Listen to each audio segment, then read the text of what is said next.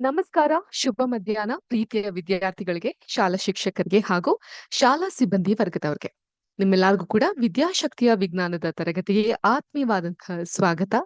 ಕೋರ್ತಾ ಇರೋದು ನಾನು ನಿಮ್ಮ ವಿಜ್ಞಾನದ ಶಿಕ್ಷಕಿ ಅಶ್ವಿತಾ ಮಲ್ನಾಡ್. ಹೇಗಿದ್ದೀರಾ ಮಕ್ಕಳೇ? ಹೇಗಿತ್ತು ವಾರಾಂತ್ಯ? ಚೆನ್ನಾಗಿ ಆಟ ಆಡಿದ್ರಾ? ಹೇಗಿದೆ ಧಾರವಾಡ? ಮಳೆ ಇದೆಯಾ? ಬೆಂಗಳೂರಿನಲ್ಲಂತೂ ಕೊಚ್ಚಿ ಹೋಗೋಷ್ಟು ಮಳೆ ಸುರಿತಾ ಇದೆ. ಸೊ ಒಟ್ಟಾರೆ ಇವತ್ತಿನ ಅದೇ ಅಲ್ವಾ ವೈವಿಧ್ಯತೆ. ಒಂದ್ ಕಡೆ ಮಳೆ ಇರುತ್ತೆ, ಒಂದ್ ಕಡೆ ಸುಡೋ ಬೇಸಿಗೆ ಇರುತ್ತೆ, ಇನ್ನೊಂದ್ ಕಡೆ ಬಿಸಿಲಿನ ವಾತಾವರಣ ಇರುತ್ತೆ, ಇನ್ನೊಂದ್ ಕಡೆ ಬೆಚ್ಚಗೆ ಇರ್ತೀವಿ. ಸೊ ಒಟ್ಟಾರೆ ಈ ಜೀವ ಜಗತ್ತಿನ ತುಂಬಾ ವೈವಿಧ್ಯತೆಯನ್ನ ತುಂಬಿಕೊಂಡಿರ್ತೀವಿ. So we are so very much diverse ಅಲ್ವಾ? ನಾನು ಇವತ್ತಿನ ಪಾಠವನ್ನ ನೀವು ಈಗ ಆಲ್ರೆಡಿ ಇಂಗ್ಲಿಷ್ ಪಾಠವನ್ನ ಕೇಳಿದೀರಾ. ಸೊ ಡೈರೆಕ್ಟ್ ಆಗಿ ಸೈನ್ಸ್ ಪಾಠಕ್ಕೆ ತುಂಬ್ಕೋಕ್ಕಿಂತ ಮುಂಚೆ ಕೆಲವೊಂದಿಷ್ಟು ಸಸ್ಯಗಳನ್ನ, ಗಿಡಗಳನ್ನ ನಮ್ಮನೆ ಉದ್ಯಾನವನದಲ್ಲಿ ಇದ್ದದ್ನೆಲ್ಲ ನನ್ನ ಮಕ್ಕಳಿಗೆ ಅಂತ ಅಂದ್ಬಿಟ್ಟು ತೆಗ್ದು ತರ್ತಾ ಇದೀನಿ. ಸೊ ಮನೆಯವರೆಲ್ಲ ಕೇಳ್ತಿದ್ದಾರೆ, ಏನಿದು ಗಿಡಗಳನ್ನೆಲ್ಲ ಇಷ್ಟು ಕಡಿತಾ ಇದೆಯಲ್ಲ ಅಂತ. ನಿಮಗೋಸ್ಕರ ನಾನು ಗಿಡಗಳನ್ನ ಕಡಿದು ತಂದು ತೋರಿಸ್ತಾ ಇದ್ದೀನಿ. ಕಾಣ್ತಾ ಉಂಟಾ? ಏನ್ ಕಾಣ್ತಾ ಇದೆ ನಿಮ್ಗಿಲ್ಲಿ? ಒಂದು ನೇರಳೆ ಬಣ್ಣದ ಗಿಡವನ್ನ ನೀವು ಕಾಣಬಹುದು. ನಾನು ರಿಯೋ ಪ್ಲಾಂಟ್ ಅಂತೀವಲ್ಲ, ಅದೇ ಒಂದು ವರ್ಗಕ್ಕೆ ಸೇರಿರುವಂತಹ ಇನ್ನೊಂದು ಸಸ್ಯ ಇದು. ಇದರ ಎಲೆಯ ಭಾಗವನ್ನ ಗಮನಿಸಿ.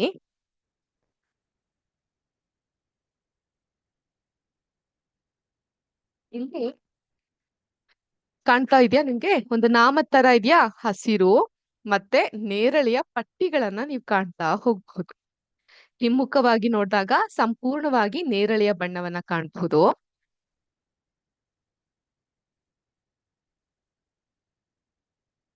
ಇದನ್ನ ಮುರಿದಾಗ ಒಂದು ರೀತಿ ಪರ್ಪಲಿಶ್ ಕಲರ್ ನನ್ ಕೈಗೆ ಅಂಟುತ್ತಾ ಅಂತ ತೋರಿಸ್ತೀನಿ.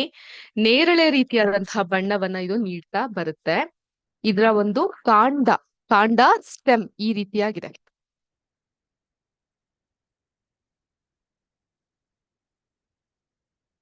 ಮುರಿಬಹುದು ನಾನು ಇದನ್ನ. ಅಂಡ್ ಇದರ ಒಂದು ರೂಟ್ ಅಥವಾ ಏನಂತೀವಿ ನಾವು ರೂಟ್ಗೆ ಕನ್ನಡದಲ್ಲಿ, ಬೇರುಗಳು ಈ ರೀತಿಯಾಗಿದೆ.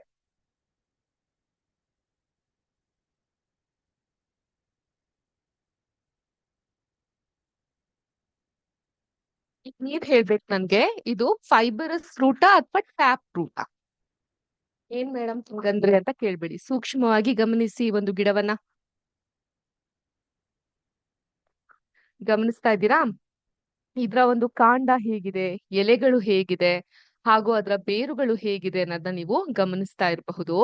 ನಾವು ಹೋದ ತರಗತಿಯಲ್ಲಿ ವಿವಿಧ ವಿನ್ಯಾಸ ಉಳ್ಳಂತಹ ಎಲೆಗಳನ್ನ, ನೆನಪಿರೋ ಹಾಗೆ ಜಾಲಬಂಧ ಇರುವಂತಹ ಎಲೆಗಳು, ಸಮಾಂತರ ಪ್ಯಾರಲಲ್ ಆಗಿರುವಂತಹ ಎಲೆಗಳು ಅಂತಹದ್ನ ನಾವು ಗಮನಿಸಿದ್ವಿ. ಅದೇ ತರ ಸಮಾಂತರ ಎಲೆ ಒಂದನ್ನ ನಾನು ತಂದಿದ್ದೀನಿ. ಹಾಗೇನೆ ನಾವು ಬೇರುಗಳನ್ನ ಕೂಡ ಗಮನಿಸಿದಾಗ ಬೇರುಗಳಲ್ಲಿ ನಾವು ತಾಯಿ ಬೇರಿನ ವ್ಯವಸ್ಥೆ ಇರುವಂತಹ ಗಿಡವನ್ನ ಕಾಣಬಹುದು. ಉದಾಹರಣೆಗೆ ಇದು ನೋಡಿ, ತಾಯಿ ಬೇರು ಹೀಗ್ ಬೆಳೆದಿದೆ. ತಾಯಿ ಬೇರು ಉಳ್ಳಂತಹ ಗಿಡಗಳಕ್ಕೆ ಇದು ಕೂಡ ಒಂದು ಉದಾಹರಣೆ ಆಗುತ್ತೆ. ಅದೇ ರೀತಿ ತಂತು ಬೇರು ಅಂದ್ರೆ ಫೈಬರಸ್ ಪ್ಲಾಂಟ್ ಅಂತ ಕರಿತೀವಿ. ಅದಕ್ಕೆ ಸಂಬಂಧಪಟ್ಟಂತಹ ಗಿಡ ಕುಡಗಳು ನೀವು ಕಾಣಬಹುದು. ಈ ಒಂದು ಗರಿಕೆಯ ಗಿಡ ಆಗಿರಬಹುದು, ಇವೆಲ್ಲ ಫೈಬರಸ್ ಪ್ಲಾಂಟ್, ಹುಲ್ಲುಗಳಾಗಿರಬಹುದು, ಅವೆಲ್ಲ ಫೈಬರಸ್ ಅಥವಾ ತಂತು ಬೇರುಗಳನ್ನ ಹೊಂದಿರುತ್ತೆ. ತಾಯಿ ಬೇರು, ಟ್ಯಾಪ್ ರೂಟ್, ಈ ಕ್ಯಾರೆಟ್, ಬೀಟ್ರೂಟ್, ಆಲೂಗಡ್ಡೆ ಇವೆಲ್ಲವೂ ಕೂಡ ತಾಯಿ ಬೇರನ್ನ ಹೊಂದಿರುವಂತಹ ಬೇರುಗಳು. ಅರ್ಥ ಆಯ್ತಾ? ಎಲೆಗಳಲ್ಲೂ ಕೂಡ ಪ್ಯಾರಲಲ್ ಲೀಫ್ ಅಂತೀವಿ ನಾವ್ ಇದನ್ನ, ಅಂದ್ರೆ ನೇರ ಗೆರೆ ಉಳ್ಳಂತ ಎಲೆಗಳು. ಕಾಣ್ತಾ ಇದೆಯಾ? ಉದ್ದ ಇದೆಯಲ್ಲ ಇದು.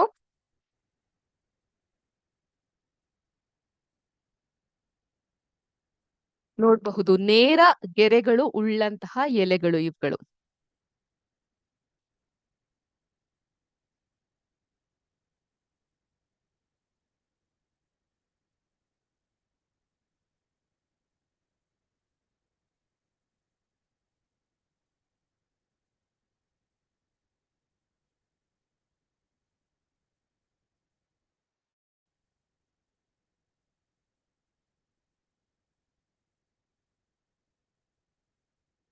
ಸೊ ಈಗ ಮೇಡಮ್ಗೆ ಎಲ್ಲೋದ್ರು ಇದೇ ಕೆಲ್ಸ, ಎಲೆಗಳು, ಹೂಗಳು ಮಕ್ಳಿಗೆ ತೋರ್ಸೋಣ ಅಂತ ಕಲೆಕ್ಟ್ ಮಾಡ್ಕೊಂಡ್ ಬರ್ತೀನಿ. ಇನ್ನೊಂದು ಹೂ ತಂದಿದ್ದೆ, ಆಗ್ಲೇ ತಂದಿದ್ದೆ, ಸ್ವಲ್ಪ ಬಾಡ್ದ ಆಗಿದೆ. ನೋಡಿದ್ರಾ? ಈ ತರ ಇರುತ್ತೆ ಹೂಗಳು. ಕೆಲವೊಮ್ಮೆ ಹೂಗಳ ಆಧಾರದ ಮೇಲೆ, ಎಲೆಗಳ ಆಧಾರದ ಮೇಲೆ ಅವು ಯಾವ ರೀತಿ ಬೇರುಗಳನ್ನ ಹೊಂದಿದೆ ಅನ್ನೋದನ್ನ ಕೂಡ ನಾವು ಅನಲೈಸ್ ಮಾಡ್ಲಿಕ್ಕೆ ಸಾಧ್ಯವಾಗ್ತಾ ಬರುತ್ತೆ.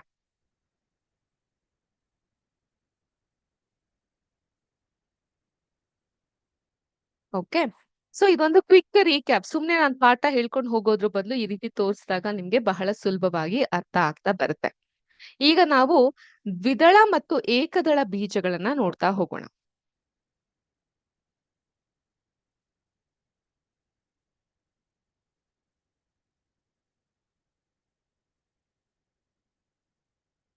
ನಿಮ್ಮ ಟೆಕ್ಸ್ಟ್ ಬುಕ್ ನಲ್ಲಿ ಸುಂದರವಾದಂತಹ ಉದಾಹರಣೆಯನ್ನ ಕೊಟ್ಟಿದ್ದಾರೆ.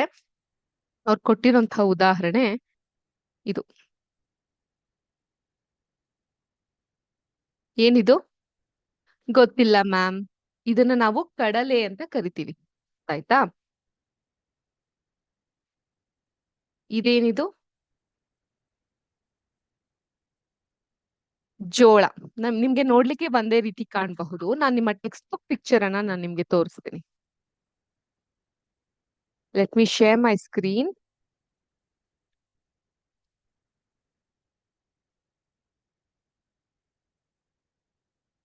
ಕಾಣ್ತಾ ಇದೆಯಲ್ಲ ಇಲ್ಲಿ?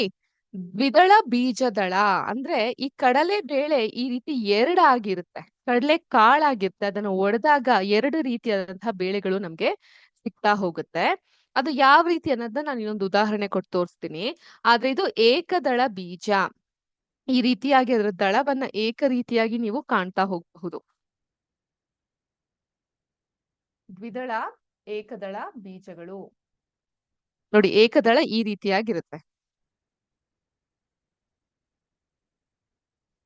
ಕಾಣಿಸ್ತಾ ಇದೆಯಾ ನಿಮ್ಗೆ? ಇದನ್ನ ನಾವು ಏಕದಳ ಬೀಜಗಳು ಅಂತ ಕರಿತೀವಿ.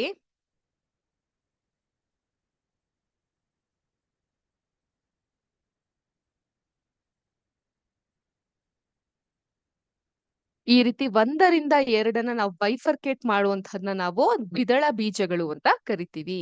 ಸೊ ಏಕದಳ ಮತ್ತೆ ದ್ವಿದಳ ಬೀಜಗಳ ನಡುವಿನ ವ್ಯತ್ಯಾಸವನ್ನ ಅರ್ಥೈಸ್ಕೊಳ್ಳೋದು ಬಹಳ ಮುಖ್ಯ ಆಗ್ತಾ ಬರುತ್ತೆ.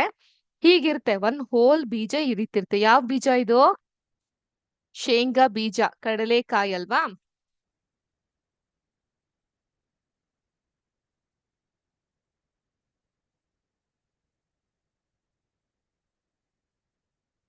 ಈ ಕಡಲೆಕಾಯಿಯ ಸಿಪ್ಪೆಯನ್ನ ತೆಗೆದಾಗ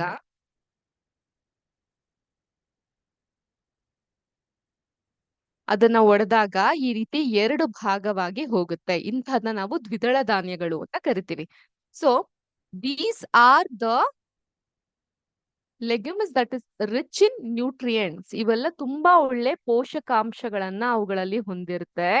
ಎಸ್ಪೆಷಲಿ ಬೆಳವಣಿಗೆಯ ಹಂತದಲ್ಲಿ ಇರುವಂತಹ ನಿಮ್ಮಂತಹ ಮಕ್ಕಳುಗಳು ಪ್ರೋಟೀನ್ಗೋಸ್ಕರ, ಪ್ರೋಟೀನ್ ತಿನ್ಲಿಕ್ಕೆ ಇಂಥದನ್ನ ನೀವು ತಿಂತಾ ಹೋಗಬಹುದು. ಸೊ ಇವು ಬಹಳ ಉಪಯುಕ್ತ. ಈಗ ನಿಮ್ಗೆ ಆಕ್ಟಿವಿಟಿ ಸಹ ಇತ್ತು. ಕಡಲೆ ಬೀಜ ಅಥವಾ ಕಡಲೆ ಕಾಳು ಇವು ಎರಡು ಭಾಗಗಳಾಗಿ ಒಡಿಬಹುದು. ನಾಗ್ಲೇ ತೋರಿಸ್ದಂಗೆ ಒಂದು ಕಡಲೆನ ನಾವು ಎರಡು ಭಾಗವಾಗಿ ಸ್ಪ್ಲಿಟ್ ಮಾಡಬಹುದು ಅಲ್ವಾ? ಆದ್ರಿಂದ ಪ್ರತಿಯೊಂದು ಭಾಗವನ್ನ ಬೀಜದಳ ಅಂತ ನಾವು ಕರಿತೀವಿ. ಎರಡು ಬೀಜನ ಬೀಜದಳ ಅಂತ ಕರಿತೀವಿ. ಬೀಜದಲ್ಲಿ ಎರಡು ಬೀಜದಳಗಳನ್ನ ಹೊಂದಿರುವಂತಹ ಸಸ್ಯಗಳನ್ನ ದ್ವಿದಳ ಸಸ್ಯಗಳು. ಈಗ ಇದನ್ನು ಒಡೆದಾಗ ನೋಡಿ,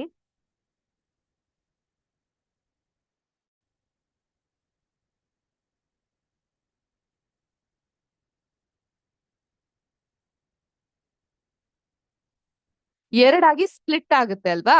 ಆದ್ರಿಂದ ಇದನ್ನ ದ್ವಿದಳ ಸಸ್ಯಗಳು ಅಂತ ಕರಿತೀವಿ. ಜೋಳದ ಕತೆ ಹಾಗಲ್ಲ. ಜೋಳ ಬರೀ ಒಂದೇ ಒಂದು ಬೀಜದಳವನ್ನ ಹೊಂದಿರುತ್ತೆ. ಆದ್ರಿಂದ ಇದನ್ನ ಏಕದಳ ಸಸ್ಯಗಳು ಅಂತ ಕರಿತೀವಿ. ಹೀಗೆ ನೀವು ಕೂಡ ನಿಮ್ಮ ಮನೆಯಲ್ಲಿ ಇರುವಂತಹ ಬೇಳೆ ಕಾಳುಗಳಲ್ಲಿ ದ್ವಿದಳ ಯಾವುದು, ಏಕದಳ ಯಾವುದು ಅಂತ ನೀವು ವರ್ಗೀಕರಿಸಬಹುದು. ಹೀಗೆ ಸಸ್ಯದ ಬೀಜದಳಗಳ ಸಂಖ್ಯೆ, ಬೇರಿನ ವಿಧ, ನಾವಾಗ್ಲೇ ನೋಡ್ದಂಗೆ ಟ್ಯಾಪ್ ರೂಟ್, ಫೈಬರಸ್ ರೂಟ್, ತಂತು ಬೇರುಗಳು, ತಾಯಿ ಬೇರುಗಳು, ಮತ್ತು ಎಲೆಯ ನಾಳ ವಿನ್ಯಾಸ, ಅದು ಗೆರೆ ಜಾಲಬಂಧದಲ್ಲಿದ್ಯಾ ಅಥವಾ ಉದ್ದವಾದಂತಹ ಗೆರೆಗಳಿದ್ಯಾ ಅನ್ನೋದ್ರ ಮೇಲೆ ನಾವು ವಿವಿಧ ರೀತಿಯಾದಂತಹ ಎಲೆಗಳು, ಬೇರುಗಳು ಹಾಗೂ ಬೀಜದಳಗಳನ್ನ ಗುರುತಿಸ್ಲಿಕ್ಕೆ ಸಾಧ್ಯ ಮಾಡ್ಕೊಳ್ತಾ ಬರಬಹುದು. ಹೀಗೆ ಅವುಗಳ ಗುಣಗಳ ಆಧಾರದ ಮೇಲೆ ನಾವು ಸಸ್ಯಗಳನ್ನ ಗುಂಪುಗೂಡ್ಸೋದು ಹೇಗೆ ಅನ್ನೋದನ್ನ ಕಲ್ತಿದೀವಿ. ಈಗ ನೀವು ನಿಮ್ಮ ಮನೆಗಳಲ್ಲಿ ನೋಡ್ಬಹುದು ಅಥವಾ ನಿಮ್ಮ ಸುತ್ತಲಿನ ವಾತಾವರಣದಲ್ಲಿ ಯಾವ ರೀತಿ ಬೀಜದಳಗಳಿಂದ, ಅವುಗಳ ಎಲೆಗಳಿಂದ, ಅಷ್ಟ್ ಮಾತ್ರ ಅಲ್ಲದೆ ಬೇರುಗಳಿಂದ ನಾವು ಅದನ್ನ ವಿಂಗಡಿಸ್ತಾ ಹೋಗ್ಬಹುದು. ಇದೇ ರೀತಿ ಪ್ರಾಣಿಗಳನ್ನ ಗುಂಪುಗೂಡ್ಸೋದು ಸಹ ಇದೆ.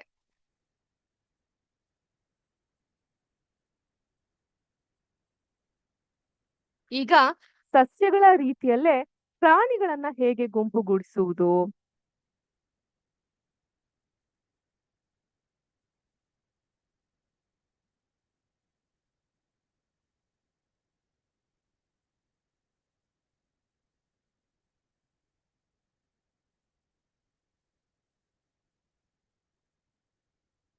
ಈಗ ಕನ್ನಡದಲ್ಲಿ ನಮ್ಗೆ ಬಹಳ ಇಷ್ಟ ಆದಂತಹ ಒಂದು ಟಾಪಿಕ್ ಇರೋದು ಅದೇನದು?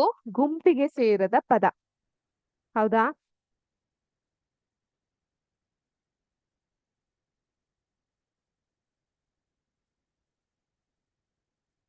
ಈಗ ಒಂದು ಆಟ ಆಡೋಣ ನಾವು.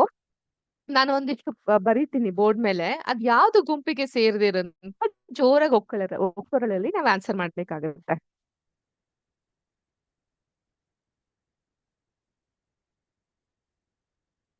ಏನಿದು? ಚಿಟ್ಟೆ. ಚಿಟ್ಟೆಗೆ ಇನ್ನೊಂದ್ ಹೆಸರೇನದು?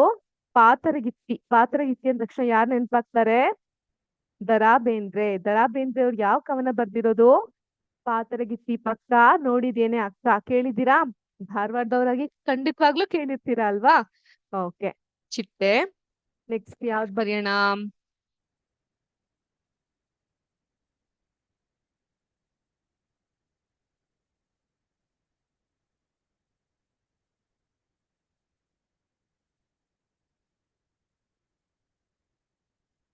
ಏನೇನಿದೆ?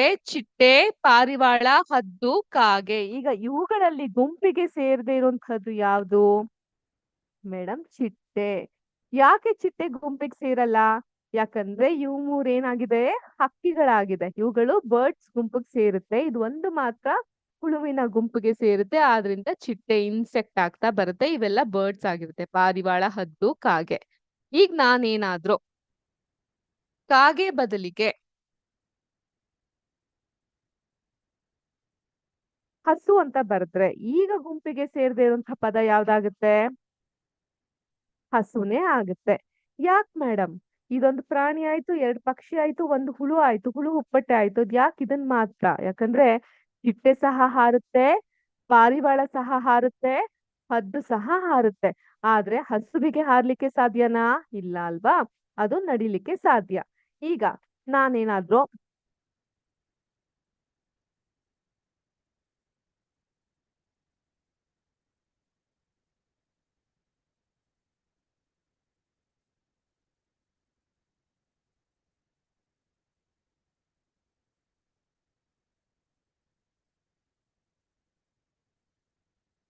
ಕರಡಿ, ಹುಲಿ, ಚಿರತೆ, ಪಾರಿವಾಳ ಅಂತ ಹೇಳಿದ್ರೆ ನೀವ್ ಯಾವ್ದನ್ನ ಮಾರ್ಕ್ ಮಾಡ್ತೀರಾ? ಆಬ್ವಿಯಸ್ಲಿ ಪಾರಿವಾಳ ಅಂತೀರಾ. ಯಾಕಂದ್ರೆ ಇವೆಲ್ಲ ಪ್ರಾಣಿಯ ಗುಂಪಿಗೆ ಸೇರಿರುವುದು, ಇದು ಹಕ್ಕಿಯ ಗುಂಪಿಗೆ ಸೇರುತ್ತೆ. ಒಂದು, ಇವೆಲ್ಲ ನಡಿಬಹುದು, ಓಡಬಹುದು, ಆದ್ರೆ ಪಾರಿವಾಳ ಹಾರುತ್ತೆ ಅಂತ ನಾವ್ ಹೇಳ್ಬಹುದು ಅಲ್ವಾ? ಸೊ ಅದೇ ಇದನ್ನ ತೆಗ್ದ್ಬಿಟ್ಟು ನಾನು ಇಲ್ಲಿ ಬೆಕ್ಕು ಅಂತ ಹಾಕಿದ್ರೆ ಮತ್ತೆ ಯಾವ್ದು ಗುಂಪಿಗೆ ಸೇರಿದ ಪದ ಆಗುತ್ತೆ? ಬೆಕ್ಕೆ ಅಲ್ವಾ? ಯಾಕೆ? ಕರಡಿ, ಹುಲಿ, ಚಿರತೆ ಕಾಡಿನಲ್ಲಿ ಇರುವಂತಹ ಕಾಡು ಪ್ರಾಣಿಗಳಾದ್ರೆ ಬೆಕ್ಕು ಇವೆಲ್ಲ ನಾಡು ಪ್ರಾಣಿಗಳಾಗ್ತಾ ಬರುತ್ತೆ. ಈ ಗುಂಪಿಗೆ ಸೇರಿದ ಪದದ ಮೂಲಕ ನಾವು ಮೂಲತಃವಾಗಿ ವ್ಯತ್ಯಾಸಗಳನ್ನ ಅರ್ಥ ಮಾಡ್ಕೊಂತ ಬರ್ಬೇಕಾಗುತ್ತೆ. ಒಂದರಂತೆ ಇನ್ನೊಂದು ಪ್ರಾಣಿ ಇಲ್ಲ. ಅಥವಾ ಒಂದು ಗುಂಪಿನ ಪ್ರಾಣಿಗಳು ನಡಿಬಹುದು, ಚಲಿಸಬಹುದು. ಇನ್ನೊಂದಿಷ್ಟು ಗುಂಪಿನ ಪ್ರಾಣಿಗಳು ಹಾರಬಹುದು. ಕೆಲವೊಂದು ಗುಂಪು ಈಜಬಹುದು. ಕೆಲವೊಂದು ಈಗ ಹಾವು ನೀರ್ನಲ್ಲೂ ಸಹ ಈಜುತ್ತೆ, ಭೂಮಿಯ ಮೇಲೂ ಕೂಡ ಹರಿತಾ ಹೋಗುತ್ತೆ ಅಲ್ವಾ? ಸೊ ಆದ್ರಿಂದ ಈ ಪ್ರಾಣಿಗಳಲ್ಲೂ ಕೂಡ ಬಹಳಷ್ಟು ವೈವಿಧ್ಯತೆಯನ್ನ ನಾವು ಕಾಣಬಹುದು. ಸಸ್ಯಗಳ ತರಾನೇ ಪ್ರಾಣಿಗಳು ಸಹ ಒಂದಕ್ಕಿಂತ ಇನ್ನೊಂದು ಗಮನಾರ್ಹವಾಗಿ ಬೇರೆ ಆಗಿದೆ. ಎಷ್ಟು ವೈವಿಧ್ಯತೆ ಇದೆ ಅಂತ ಹೇಳಿದ್ರೆ, ದಾಸರು ಒಂದು ಗೀತೆಯನ್ನ ಬರೀತಾರೆ. ದಾಸನಾಗು ವಿಶೇಷನಾಗು. ಕೇಳಿದ್ದೀರಾ ಆ ಒಂದು ಹಾಡನ್ನ? ಸೊ ಏನ್ ಹೇಳ್ತಾರ ಅವರು? ಒಟ್ಟು ನಮ್ಮ ಒಂದು ಸನಾತನ ಧರ್ಮದಲ್ಲಿ ಎಷ್ಟು ರೀತಿಯಾದಂತಹ ಪ್ರಾಣಿಗಳಿದೆ? ಯಾರಾದ್ರೂ ಹೇಳ್ಬಲ್ಲಿರಾ? ಎಷ್ಟು ರೀತಿಯಾದಂತಹ ಪ್ರಾಣಿಗಳಿದೆ? ಈಗ ನಮ್ಮ ಸನಾತನ ಧರ್ಮದಲ್ಲಿ ಯಾರ್ ಬರ್ದಿರೋದು ಇದು ದಾಸನಾಗು ವಿಶೇಷನಾಗು? ಇಂಪಾರ್ಟೆಂಟ್ ಅಲ್ವಾ? ಇದನ್ನು ಸಹ ಕಲಿಯೋದು ನಮ್ಮ ಮಕ್ಕಳುಗಳು. ಕನಕದಾಸರು. ಕನಕದಾಸರು ಬರ್ದಿರುವಂತಹ ಒಂದು ದಾಸವಾಣಿ ಅಥವಾ ದಾಸ ಬಂದ್ಬಿಟ್ಟು ದಾಸನಾಗು ವಿಶೇಷನಾಗು ಅಂತ ಅನ್ಬಿಟ್ಟು. ಅಂದ್ರೆ ಎಷ್ಟೊಂದು ಕಾಯಗಳನ್ನ, ಜೀವರಾಶಿಗಳನ್ನ ದಾಟಿ ಒಟ್ಟು 84 lakh, according to science 84 lakh ಜೀವ ರಾಶಿಗಳಿದಾವೆ. ಅವೆಲ್ಲ ದಾಟಿ ಬಂದು ಸಿಗುವಂತಹ ಜನ್ಮ ಯಾವುದು? ಮಾನವ ಜನ್ಮ. ಅದ್ಕೆ ಹೇಳೋದು ಮಾನವ ಜನ್ಮ ಬಹುಳ್ ದೊಡ್ಡದ ಹುಚ್ಚಪ್ಪಗಳಿರ ಅಂತ ಹೇಳ್ತಾರೆ ಪುರಂದರ ದಾಸರು. ಆದ್ರೆ ದಾಸನಾಗು ವಿಶೇಷನಾಗು ಅಂತ ಬರ್ದಿರೋದು ಕನಕದಾಸರು. ಗೊತ್ತಾಯ್ತಾ ಮಕ್ಕಳೇ? ನೀವು ನಿಮ್ಮ ಶೈಕ್ಷಣಿಕ ಪಾಠಗಳ ಜೊತೆಗೆ ವಿತ್ ದ ಅಕಾಡೆಮಿಕ್ ನಾಲೆಡ್ಜ್ ಸ್ವಲ್ಪ ನಮ್ಮ ಸಾಹಿತ್ಯ, ಕನ್ನಡ ಸಾಹಿತ್ಯ ಆಗಿರಬಹುದು, ನಮ್ಮ ಸಂಸ್ಕೃತಿ ಆಗಿರಬಹುದು, ಇತಿಹಾಸ ಆಗಿರಬಹುದು, ಇವೆಲ್ಲದರ ಬಗ್ಗೆ ಗಮನಾರ್ಹವಾಗಿ ಯೋಚಿಸೋದು, ಚಿಂತಿಸೋದು, ಅವಲೋಕಿಸೋದು ಎಲ್ಲಕ್ಕಿಂತ ಮುಂಚೆ ಇವುಗಳು ಏನು ಅಂತ ಅರ್ಥೈಸ್ಕೊಳ್ಳೋದು ಬಹಳ ಬಹಳ ಮುಖ್ಯ ಆಗ್ತಾ ಬರುತ್ತೆ. ಗೊತ್ತಾಯ್ತಾ? ಸೊ ಈಗ 84 ಲಕ್ಷ ಜೀವರಾಶಿಗಳಿದೆ. ಸೊ ಎಲ್ಲಾ ಜೀವರಾಶಿಗಳಲ್ಲೂ ಇರುವಂತಹದ್ದು ಏನು? ವೈವಿಧ್ಯತೆ ಅಥವಾ ಡೈವರ್ಸಿಫಿಕೇಶನ್, ಒಂದಕ್ಕಿಂತ ಒಂದು ಭಿನ್ನವಾಗಿರುವಂತಹದ್ನ ನಾವು ಕಾಣ್ತಾ ಹೋಗಬಹುದು. ಅರ್ಥ ಆಯ್ತಾ? ಸೊ ಈಗ ಒಂದು ಚಟುವಟಿಕೆಯನ್ನ ನೋಡೋಣ. ಕೋಷ್ಟಕ 2.2 ಟೆಕ್ಸ್ಟ್ ಬುಕ್ ಅನ್ನ ಓಪನ್ ಮಾಡಿ. ಚಾರ್ಟ್ 2.2 ಅಲ್ಲಿ ನೀವು ಕೆಲವು ಪ್ರಾಣಿಗಳ ಚಲನೆಯನ್ನ ದಾಖಲಿಸಿದ್ದೀರಿ. ಇತರೆ ಪ್ರಾಣಿಗಳು ಒಂದು ಸ್ಥಳದಿಂದ ಇನ್ನೊಂದು ಸ್ಥಳಕ್ಕೆ ಹೇಗೆ ಚಲಿಸುತ್ತೆ ಅದನ್ನ ಗಮನಿಸಬಹುದು. ಈಗ ನೀವೆಲ್ಲ ಕ್ಲಾಸ್ ರೂಮ್ ಅಲ್ಲಿ ಕೂತಿದ್ದೀರಾ. ಬೆಲ್ ಹೊಡೆದ ತಕ್ಷಣ ಮನೆಗೆ ಓಡ್ತೀರಾ. ಹೇಗ್ ಹೋಗ್ತೀರಾ? ನಿಮ್ಮ ಕಾಲ್ಗಳಿಂದ ಓಡ್ಲಿಕ್ಕೆ ಶುರು ಮಾಡ್ತೀರಾ ಅಲ್ವಾ? ಈಗ ಪ್ರಾಣಿಗಳಲ್ಲಿ ವಿವಿಧ ರೀತಿಯ ಚಲನೆಯನ್ನ ನಾವು ಆಲೋಚಿಸಬಹುದು. ಸೊ ಏನಾಗುತ್ತೆ? ನೀವು ಇನ್ನೂ ಪ್ರಾಣಿಗಳನ್ನ ನೀವು ನೋಡಬಹುದು. ನಿಮ್ಮ ಟೆಕ್ಸ್ಟ್ ಬುಕ್ ಗಳನ್ನ ಓಪನ್ ಮಾಡಿದಾಗ, you all can open your textbook. ಈ ಚಿತ್ರವನ್ನ ಕಾಣಬಹುದು ನೀವು. ಕಾಣ್ತಾ ಇದ್ದೀರಾ? ಏನೇನಿದೆ ಇಲ್ಲಿ? ಹಸು ಇದೆ, ಇರುವೆ ಇದೆ, ಹಾವಿದೆ, ಇದೇನಿದು ಜರಿ ಅಂತ ಹೇಳ್ತೀವಿ ಅಥವಾ ಸಾವಿರ ಕಾಲು ಅಂತ ಕರಿತೀವಿ, ಅದಿದೆ, ಆಮೆ ಇದೆ, ಆಮೇಲೆ ಕಪ್ಪೆ ಇದೆ, ಹಾಗೂ ಮೀನ್ಗಳಿದೆ, ಹಕ್ಕಿಗಳು ಹಾರ್ತಾ ಇರೋದನ್ನ ನೀವು ಗಮನಿಸಬಹುದು. ಇಲ್ಲೊಂದು ಪುಟ್ಟದಾಗಿ ಆರೋ ಮಾರ್ಕ್ಗಳು ಹಾಕಿದ್ದಾರೆ. ಚಿಟ್ಟೆ ಇದೆ, ಅದು ಹೂವಿನ ಮೇಲೆ ಇರುತ್ತೆ. ಅರ್ಥ ಆಯ್ತಾ? ಇರುವೆ ನೋಡಿ ಭೂಮಿಯ ಮೇಲೆ ಓಡಾಡ್ತಾ ಇರುತ್ತೆ. ಅದೇ ರೀತಿ ಹಾವು, ಜರಿ, ಆಮೆ ಭೂಮಿ ಮೇಲೆ ಓಡಾಡುತ್ತೆ. ಕಾಳಿಂಗ ಸರ್ಪ ಭೂಮಿಯ ಮೇಲಿರುತ್ತೆ. ಕಪ್ಪೆ ನೀರಿನಲ್ಲಿ ಇರುತ್ತೆ. ಮೀನು ನೀರಿನಲ್ಲಿ ಇರುತ್ತೆ. ಇವುಗಳಿಂದ ಪ್ರಾಣಿಗಳಲ್ಲಿ ಇರುವಂತಹ ವೈವಿಧ್ಯತೆ, the diversification we can see in the animals ಗಳನ್ನ ನಾವು ನೋಡ್ಲಿಕ್ಕೆ ಸಾಧ್ಯವಾಗ್ತಾ ಬರುತ್ತೆ. ಓಕೆ. ಸೊ ಈಗ ಕೋಷ್ಟಕದಲ್ಲಿ ನೀವು ನೋಡೋದಾದ್ರೆ ಕೆಲವೊಂದು ಪ್ರಾಣಿ ಮತ್ತು ಅವುಗಳ ಚಲನೆಯ ವಿಧವನ್ನ ನೀವು ಗಮನಿಸಬೇಕಾಗುತ್ತೆ. ಈಗ ಇರುವೆ ಆಗಿರಬಹುದು, ಜರಿ ಆಗಿರಬಹುದು, ಇವುಗಳೆಲ್ಲ ಹೇಗೆ ಚಲಿಸುತ್ತೆ? ಹೇಗ್ ಚಲಿಸುತ್ತೆ? ಅವುಗಳ ಕಾಲುಗಳ ಮೂಲಕ ಚಲಿಸುತ್ತೆ ಅಲ್ವಾ? Through their legs.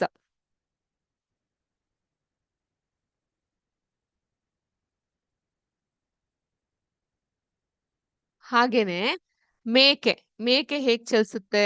ಗೋಟ್ ಹೇಗ್ ಚಲಿಸುತ್ತೆ? ಗೋಟ್ ತನ್ನ ಕಾಲುಗಳ ಮೂಲಕನೇ ಅದು ಚಲಿಸುತ್ತೆ.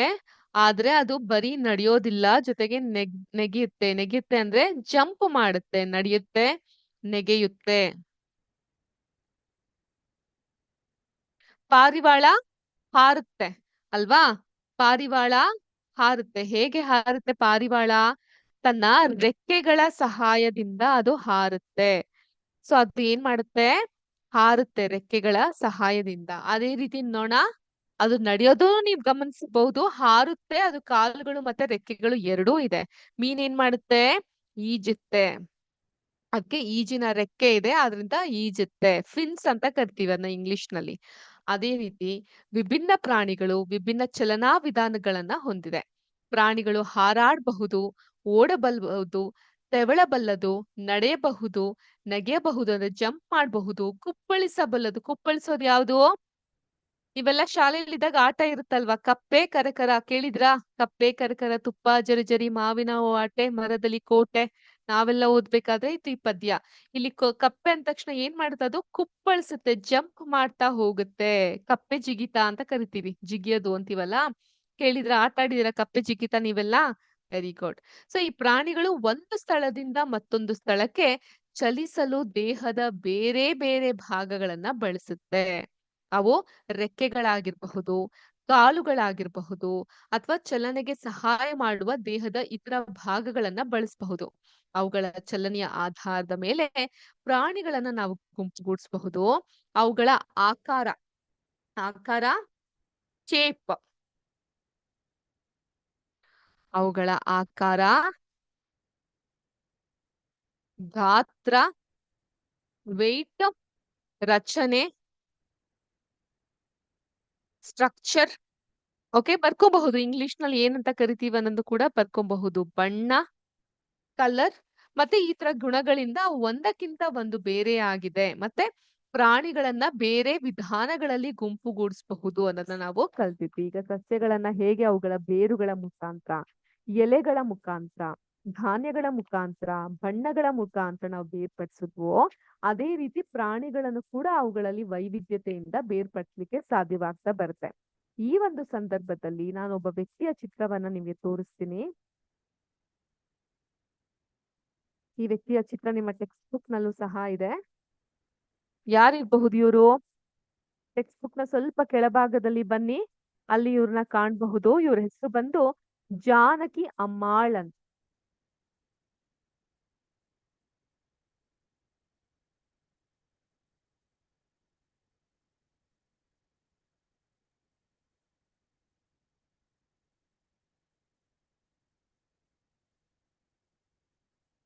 ಜಾನಕಿ ಅಮ್ಮಾಳ್ ಅಂತ. ಇವರು ಭಾರತೀಯ ಸಸ್ಯಶಾಸ್ತ್ರಜ್ಞರಾಗಿದ್ರು. ಸಸ್ಯಶಾಸ್ತ್ರಜ್ಞರು ಅಂದ್ರೆ ಸಸ್ಯಶಾಸ್ತ್ರಜ್ಞರಂದ್ರೆ ಯಾರು? ಒಂದು ಗೆಸ್ ತಗೊಂತೀರಾ? ಏನಿರಬಹುದು ಸಸ್ಯಶಾಸ್ತ್ರಜ್ಞರು ಅಂತ ಹೇಳಿದ್ರೆ? ಸಸ್ಯಶಾಸ್ತ್ರ ಅಂದ್ರೆ ಬೊಟಾನಿ ಅಂತ ಕರಿತೀವಿ. ಬೊಟಾನಿಕಲ್ ಅಂತ ಹೇಳ್ತೀವಿ. ಕೇಳಿದ್ರ? ಬೊಟಾನಿಕಲ್ ಗಾರ್ಡನ್ ಅಂತ ಹೇಳಿರೋದ್ ಕೇಳಿದೀರಾ? ಅಂದ್ರೆ ಸಸ್ಯಗಳ ವಿವಿಧ ಬಗೆಯನ್ನ ಹೊಂದಿರೋದಕ್ಕೆ ಸಸ್ಯಶಾಸ್ತ್ರ ಅಂತ ಕರಿತೀವಿ.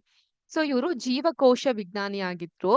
ಸಸ್ಯಗಳ ಅನುವಂಶಿಕತೆ ಮತ್ತು ಸಸ್ಯಶಾಸ್ತ್ರ ಭೂಗೋಳ ಸಂಶೋಧನೆಯಲ್ಲಿ ತುಂಬಾ ಸೇವೆಯನ್ನ ಸಲ್ಲಿಸಿದ್ದಾರೆ. ಅಷ್ಟೇ ಅಲ್ಲದೆ ಇವರು ಕೇರಳದಲ್ಲಿ ದೊರೆಯುವಂತಹ ಔಷಧಿಯ ಗಿಡಮೂಲಿಕೆಗಳನ್ನ ಸಂರಕ್ಷಿಸಿದ್ದಾರೆ. ಮತ್ತೆ ವಿಶ್ವದ ಶ್ರೇಷ್ಠ ಗಣಿತಜ್ಞರೆಂದು ಪ್ರಖ್ಯಾತಿ ಪಡೆದಂತಹ ಶ್ರೀನಿವಾಸ ರಾಮಾನುಜನ್ ಅವರ ಧರ್ಮಪತ್ನಿ ಇವರು. ಕೇಳಿದ್ದೀರಾ ಶ್ರೀನಿವಾಸ ರಾಮಾನುಜನ್? ಗೊತ್ತಿದ್ಯಾ ರಾಮಾನುಜನ್ ಬಗ್ಗೆ? ಅವರೊಬ್ರು ತುಂಬಾ ಫೇಮಸ್ ಆಗಿರುವಂತಹ ಗಣಿತ ಶಾಸ್ತ್ರಜ್ಞರು. ಅವರ ಧರ್ಮಪತ್ನಿ ಇವರು ಯಾರು? ಜಾನಕಿ ಅಮ್ಮಾಳ್ ರವರು. ಇವರು ಕೇರಳದ ತೆಲ್ಲಿಚೇರಿ ಅನ್ನೋಲಿ 1897 ನವೆಂಬರ್ 4ರಲ್ಲಿ ಜನಿಸ್ತಾರೆ. 1897. ಎಷ್ಟು ವಯಸ್ಸಾಗಿ ನಿಮ್ಗೆಲ್ಲ? 10 ವರ್ಷ? ಹೌದಾ? ಇಲ್ಲ ಮ್ಯಾಮ್, ಹುಟ್ಟಿರ್ಲಿಲ್ಲ, ಹೋದ್ ಜನ್ಮದಲ್ಲಿದ್ವಿ. 1897 ನವೆಂಬರ್ 4ರಂದು ಇವರು ಜನಿಸ್ತಾರೆ. ಸುಸಂಸ್ಕೃತ ಮಧ್ಯಮ ವರ್ಗ ಕುಟುಂಬದಲ್ಲಿ ಜನಿಸಿದಂತಹ ಅಮ್ಮಾಳ್ ರವರು ಮದ್ರಾಸಿನ ತ್ವರಿತ ನ್ಯಾಯಾಲಯದಲ್ಲಿ ಉಪ ನ್ಯಾಯಾಧೀಶರಾಗಿರ್ತಾರೆ ಅವ್ರ ತಂದೆ. ಅವ್ರಿಗೆ 6 ಜನ ಸಹೋದರರು ಹಾಗೂ 5 ಜನ ಸಹೋದರಿಯರು, ಒಂದು ಕ್ರಿಕೆಟ್ ಟೀಮ್, ಒಟ್ಟು 11 ಜನ ಮಕ್ಕಳಿದ್ರು. ಇವರು ತಮ್ಮ ಪ್ರಾಥಮಿಕ ಶಿಕ್ಷಣವನ್ನ ತೆಲ್ಲಿಚೇರಿಯಲ್ಲಿ ಮುಗಿಸಿದ ನಂತರ ಉನ್ನತ ಶಿಕ್ಷಣಕ್ಕಾಗಿ ಮದ್ರಾಸಿಗೆ ತೆರಳುತ್ತಾರೆ. ತಮ್ಮ ಶಿಕ್ಷಣದ ನಂತರ ಅವರು ವಿಮೆನ್ಸ್ ಕ್ರಿಶ್ಚಿಯನ್ ಕಾಲೇಜ್ ಮದ್ರಾಸ್ನಲ್ಲಿ ಪ್ರಾಧ್ಯಾಪಕರಾಗಿ ಸೇವೆಯನ್ನು ಸಲ್ಲಿಸ್ತಾರೆ. ಅಷ್ಟೇ ಅಲ್ಲದೆ ಅಮೆರಿಕದ ಮಿಶಿಗನ್ ವಿಶ್ವವಿದ್ಯಾಲಯದಲ್ಲಿ ಶಿಷ್ಯ ವೇತನವನ್ನ ಪಡೆದು, ಅಂದ್ರೆ ಶಿಷ್ಯ ವೇತನ ಅಂದ್ರೆ ಏನಂತೀವಿ? ಸ್ಟೈಫಂಡ್ ಅಂತ ಕರಿತೀವಿ ನಾವು ಇಂಗ್ಲಿಷ್ ನಲ್ಲಿ. ನೋಟ್ ಮಾಡ್ಕೊಬಹುದು ಬೇಕಂದ್ರೆ, ನಾನು ಬೋರ್ಡ್ ಮೇಲೆ ಬರ್ದಿರ್ತೀನಿ. ಎಲ್ಲಾ ಪದಗಳ ಒಂದು ಗ್ರಹಣ ಮಾಡೋದು ತುಂಬಾ ಮುಖ್ಯ ಆಗ್ತಾ ಬರುತ್ತೆ. ಶಿಷ್ಯ ವೇತನ, ಇದನ್ನ ನಾವು ಸ್ಟೈಫಂಡ್ ಅಂತ ಕರಿತೀವಿ. ಓಕೆ. ಸೊ ಇವರು ಕೆಲ ಕಾಲ ಅಮೆರಿಕದಲ್ಲೇ ಇದ್ದು ಅಲ್ಲಿ ಅವರ ಸ್ನಾತಕೋತ್ತರ ಪದವಿಯನ್ನ ಮುಗಿಸ್ತಾರೆ. ಸೊ ನೋಡಿ, ಅಮೆರಿಕದಲ್ಲಿ ಅವರಿದ್ದಂತಹ ಚಿತ್ರ.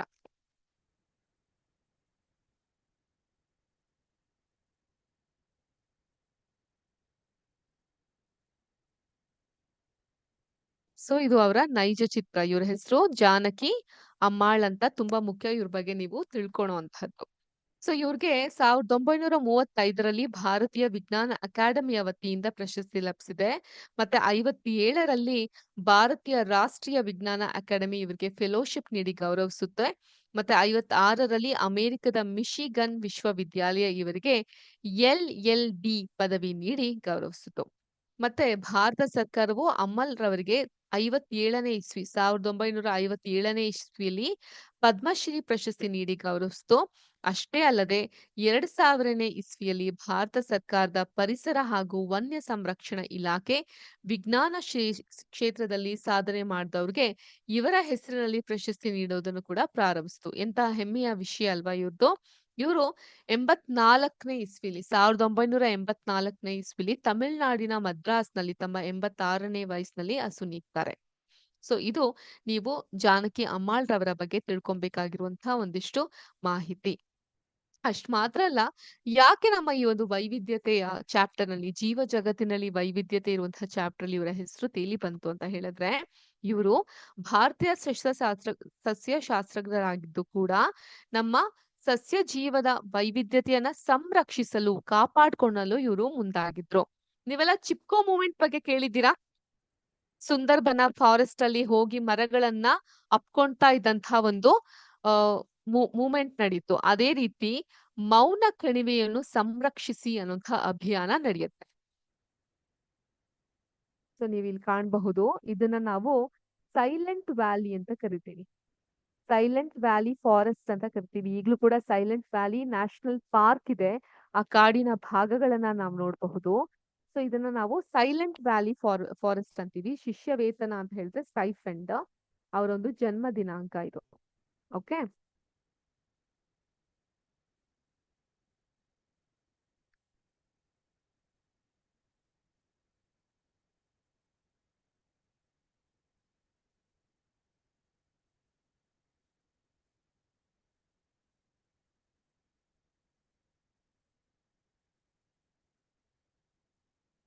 ಸೈಲೆಂಟ್ ವ್ಯಾಲಿ ಮೂವ್ಮೆಂಟ್ ಅಂತ ನಡೀತು. ಇದನ್ನ ನಾವು ಮೌನ ಕಣಿವೆಯ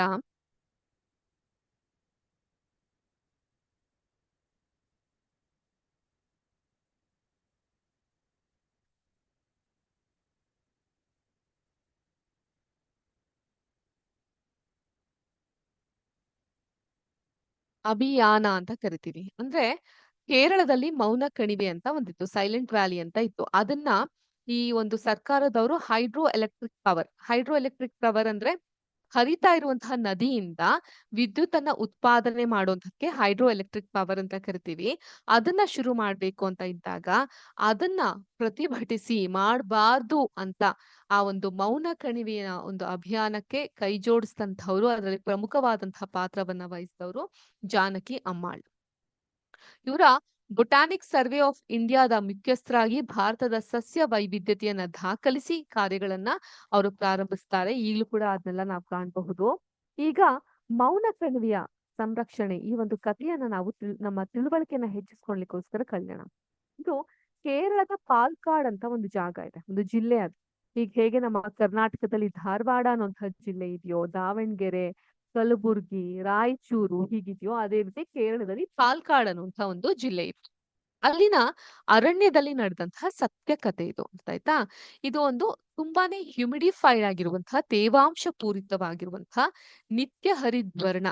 ನಿತ್ಯ ಹರಿದ್ವರ್ಣ ಅಂದ್ರೆ ಕನ್ನಡದ ಗೀತೆ ಒಂದಲ್ಲಿ ಕೇಳಿದ್ ನನ್ ನೆನ್ಪು ಅಲ್ವಾ? ಯಾವ ಹಾಡಿರ್ಬಹುದು ಅದು? ಸೈನ್ಸ್ ಮೇಡಮ್ ಹೀಗೇನೆ, ಸಮಯ ಸಿಕ್ಕಾಗೆಲ್ಲ ಕನ್ನಡ ಸಾಹಿತ್ಯ ಅಂದ್ರೆ ಬಹಳ ಇಷ್ಟ, ಆ ಕಡೆಗೆ ವಾಲ್ ಬಿಡ್ತೀವಿ. ಹೇಳಿ, ನಿತ್ಯ ಹರಿದ್ವರ್ಣ ಎಲ್ಲಿ ಕೇಳಿದ್ದೀರಾ? KS ನಿಸಾರ್ ಅಹಮದ್ ಹೆಸರು ಕೇಳಿದ್ದೀರಾ? ಅವ್ರೊಂದ್ ಕನ್ನಡದಲ್ಲಿ ಕವಿತೆ ಬರ್ದಿದಾರಲ್ಲ, ಕವಿತೆ ಗೊತ್ತಾ ನಿಮ್ಗೆ? ಯಾವ್ದದು? ಯಾವ್ದದು? ಜೋಗದ ಸಿರಿ ಬೆಳಕಿನಲ್ಲಿ. Very good. ಜೋಗದ ಸಿರಿ ಬೆಳಕಿನಲ್ಲಿ ಆ ಒಂದು ಕವನದಲ್ಲಿ ಕಾಣಬಹುದು, ನಿತ್ಯ ಹರಿದ್ವರ್ಣದಲ್ಲಿ ಅಂತ ಅನ್ಬಿಟ್ಟು. ಸೊ ನಿತ್ಯ ಹರಿದ್ವರ್ಣ ಇರುವಂತಹ ಅರಣ್ಯ ಅದು, ಮತ್ತು ಅದರ ಒಂದು ಸಂಪತ್ಭರಿತವಾದಂತಹ ಜೀವ ವೈವಿಧ್ಯತೆಯ ಅಸ್ಪರ್ಶ ಸೌಂದರ್ಯವನ್ನ ಸಂರಕ್ಷಣೆ ಮಾಡೋದ್ರ ಕುರಿತಾಗಿರುವಂತಹ ಒಂದು ಸಂರಕ್ಷಣೆಯ ಆಂದೋಲನ ಇದು. ಅರ್ಥ ಆಯ್ತಾ? ಈ ಮೌನ ಕಣಿವೆ, ಸೈಲೆಂಟ್ ವ್ಯಾಲಿ ಅಂತ ಈಗ ಪ್ರಖ್ಯಾತವಾಗಿರುವಂತಹ ಕಣಿವೆಯಲ್ಲಿ ಅರಣ್ಯದ ಸುತ್ತಮುತ್ತಲ ಪ್ರದೇಶದಲ್ಲಿ ವಾಸಿಸ್ತಾ ಇದ್ದಂತಹ ಸಾಮಾನ್ಯ ಜನರು ಗಮನಾರ್ಹವಾದಂತಹ ಚಳುವಳಿಯನ್ನ ನಡೆಸಿ ಈ ಕಣಿವೆಯನ್ನ ಉಳಿಸ್ಕೊಂತಾರೆ. ಕುಂತಿ ನದಿಗೆ ಅಡ್ಡಲಾಗಿ ಜಲವಿದ್ಯುತ್ ಅಣೆಕಟ್ಟು ನಿರ್ಮಾಣ, ಅಲ್ಲಿ ಕುಂತಿ ನದಿ ಅಂತ ಇರುತ್ತೆ, ಅಲ್ಲಿ ಹೈಡ್ರೋ ಎಲೆಕ್ಟ್ರಿಕ್ ಪವರ್ ಅಂದ್ರೆ ಜಲವಿದ್ಯುತ್ ಅಣೆಕಟ್ಟು.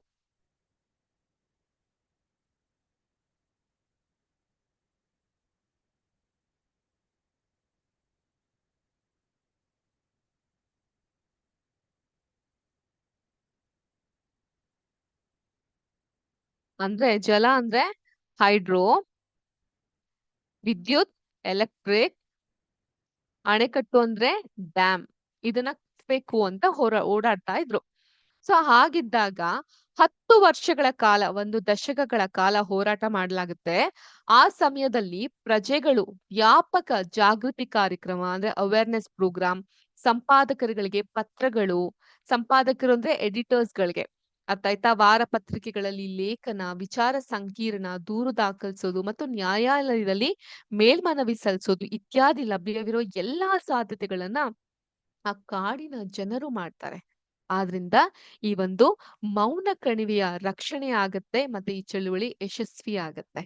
ತಿಳಿತಾ? ಸೊ ಇದಾಗಿತ್ತು ಇವತ್ತಿನ ವಿಜ್ಞಾನದ ತರಗತಿ. ನಿಮ್ಮೆಲ್ಲರಿಗೂ ಇಂಟ್ರೆಸ್ಟಿಂಗ್ ಆಗಿತ್ತು ಅಂತ ಭಾವಿಸ್ತೀನಿ. ಮತ್ತೆ ಮುಂದಿನ ಕ್ಲಾಸ್‌ನಲ್ಲಿ ಭೇಟಿಯಾಗೋಣ. ಅಲ್ಲಿವರೆಗೂ ಏನ್ ಮಾಡ್ತೀರಾ? ನೀವು ಕೂಡ ನಾನ್ ತೋರ್ಸಿದ್ನಲ್ಲ ಕಾಳುಗಳು, ಅಂತಹ ಕಾಳುಗಳ ಬಗ್ಗೆ, ಎಲೆಗಳ ಬಗ್ಗೆ, ಬೇರುಗಳ ಬಗ್ಗೆ ಚರ್ಚೆ ಮಾಡಿ, ಅವುಗಳ ಬಗ್ಗೆ ಎಕ್ಸ್‌ಪ್ಲೋರ್ ಮಾಡ್ಲಿಕ್ಕೆ ಶುರು ಮಾಡಿ. ಹಾಗಂತ ಟಿಕ್ ಹಾಕೋದು, ಕೀಳೋದು, ಬೇರ್‌ಗಳು ಹೇಗಿದೆ ನೋಡೋದು ಅಂತಹ ಕೆಲಸ ಮಾಡ್ಬೇಡಿ. B mindful in your work ಅಂತ ಹೇಳ್ತಾ ಸದ್ಯಕ್ಕೆ ಇವತ್ತಿನ ತರಗತಿನ ಮುಗಿಸ್ತಾ ಇದೀನಿ. ಎಲ್ಲಾರ್ಗೂ ಶುಭ ದಿನ. ಜೈ ಹಿಂದ್, ಜೈ ಕರ್ನಾಟಕ ಮಾತೆ, ಜೈ ವಿದ್ಯಾಶಕ್ತಿ. ನಮಸ್ಕಾರ.